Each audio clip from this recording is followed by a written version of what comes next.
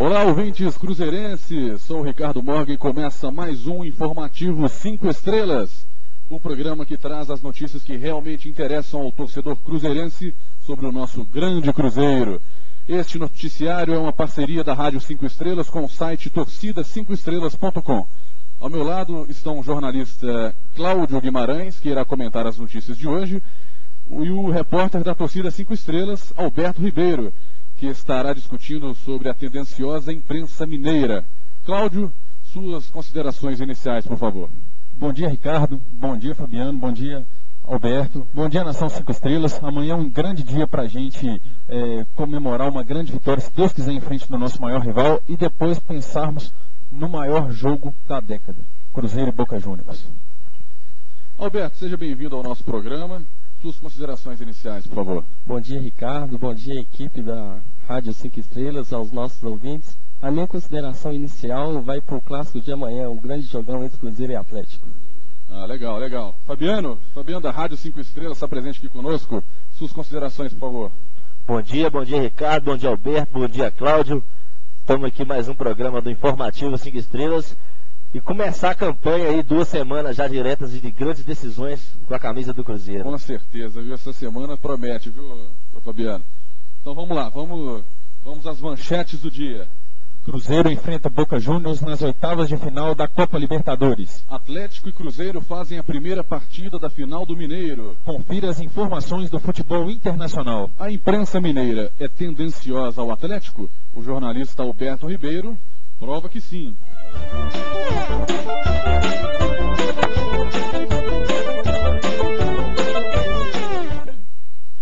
O Cruzeiro vai enfrentar o temido Boca Juniors da Argentina nas oitavas de final da Copa Libertadores da América.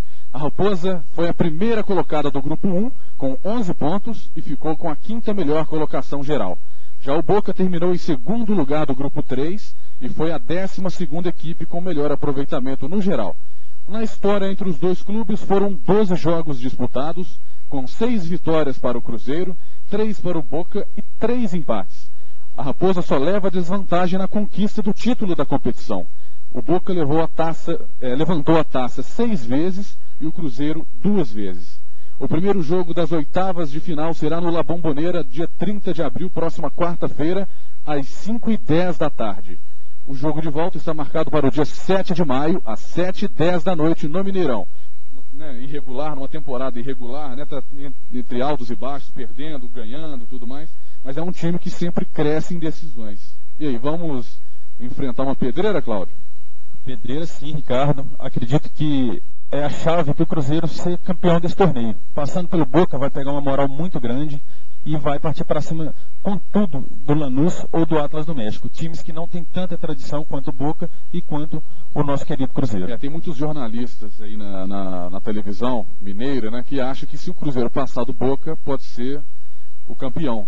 O caminho do Cruzeiro na Libertadores é muito mais tranquilo do que o caminho dos outros brasileiros. Você pode olhar porque, apesar de pegar um time do México que vai jogar em Guadalajara, muito provavelmente, ou então no Lanús, que o campo é diminuto, e o nosso maior rival aqui já teve grandes problemas lá em Lanús, acredito que o Cruzeiro passa com mais tranquilidade.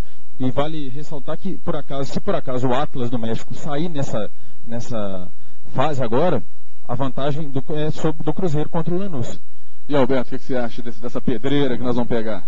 Com certeza uma pedreira, né, Ricardo? O Boca Juniors não é à toa que é o segundo maior, que conquistou o maior títulos da Taça Libertadores da América, tem 6 títulos. Então, com certeza, o Cruzeiro tem que pegar o respeito em cima do Boca, mas não pode temer. O jogo lá na Bombonera vai ser difícil, mas o Cruzeiro não pode entrar na onda da torcida e na mística que em volta daquilo lá Bombonera. Tem que jogar de igual para igual, que o Cruzeiro também é grande. Com certeza. Aurélio, só para você ter uma ideia... Alberto, o nome dele. Eu só confundo seu nome, desculpa. Alberto, é o seguinte, para você ter uma ideia da importância que o Boca está dando a esse confronto contra o Cruzeiro, o Riquelme vai ser poupado na rodada de hoje do Argentino. É um jogo importantíssimo contra o São Lourenço, porque o Boca é vice-líder do campeonato e o maior jogador atual do elenco do Boca será poupado. É verdade. Agora, lembrando que o Boca foi campeão pela primeira vez da Copa Libertadores em cima do Cruzeiro em 77. 3 confrontos muito equilibrados naquela época. Uma vitória do Boca por 1-0, uma vitória do Cruzeiro por 1-0. Uhum. Agora, só entrando nessa discussão, Cláudio, você falou que amanhã o Riquelme vai ser poupado no jogo do Boca Juniors. Sim. Você é a favor do Cruzeiro poupar algum jogador para o jogo de amanhã contra o Atlético? Sinceramente, eu seria a favor, sim. Por quê? Tem muita gente, só cortando um pouquinho, tem muita gente que acha que o Cruzeiro deveria entrar com um time reserva amanhã.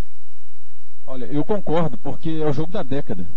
Quarta-feira, a gente inicia um primeiro tempo de um confronto de 180 minutos contra o maior adversário. A gente pode colocar aí que seria o maior adversário do Cruzeiro nessa temporada. Acho que de 2000 para cá nós não tivemos um adversário com o porte do Boca Juniors, da importância de uma competição como a Taça Libertadores da América. Agora, se o Luxemburgo estivesse aqui no programa, ele iria falar que não, tem que entrar com o time titular em todas as partidas. Ou então ele falaria que no time dele não tem 11 titulares. Pois é, e esse confronto ele repercutiu no principal tabloide esportivo do país, o Diário Argentino Olé. Segundo a reportagem do jornal, o Boca Juniors será pela frente nada mais, nada menos que o respeitável Cruzeiro. Respeitável Cruzeiro. O Cruzeiro, olha, para os argentinos, o Cruzeiro é o melhor time do Brasil, né? Sim, é verdade. Ao lado do São Paulo, né? Porque o Cruzeiro foi até a Argentina, jogou com um time que se preparou muito para a Libertadores, que foi o São Lourenço, que fez contratações de peso como o D'Alessandro, que era o grande maestro do time, e o Cruzeiro conseguiu 2 bons resultados. Tá certo que o empate lá no estádio Nuevo Gasômetro, ele foi numa época em que o São Lourenço ainda não estava com o time completamente certinho em campo. Agora, ele começou a melhorar, o São Lourenço começou a melhorar na temporada depois daquele jogo, né? Sim, exatamente. Agora, Ricardo, Cláudio, Fabiano, tem uma informação importante também, que a gente deve lembrar que o Cruzeiro foi o primeiro time brasileiro a ganhar do Boca lá no La Bombonera, em 1994, quando a gente ganhou de 2-1 lá na Taça Libertadores da América. Foi o Santos, não? O Santos ganhou antes.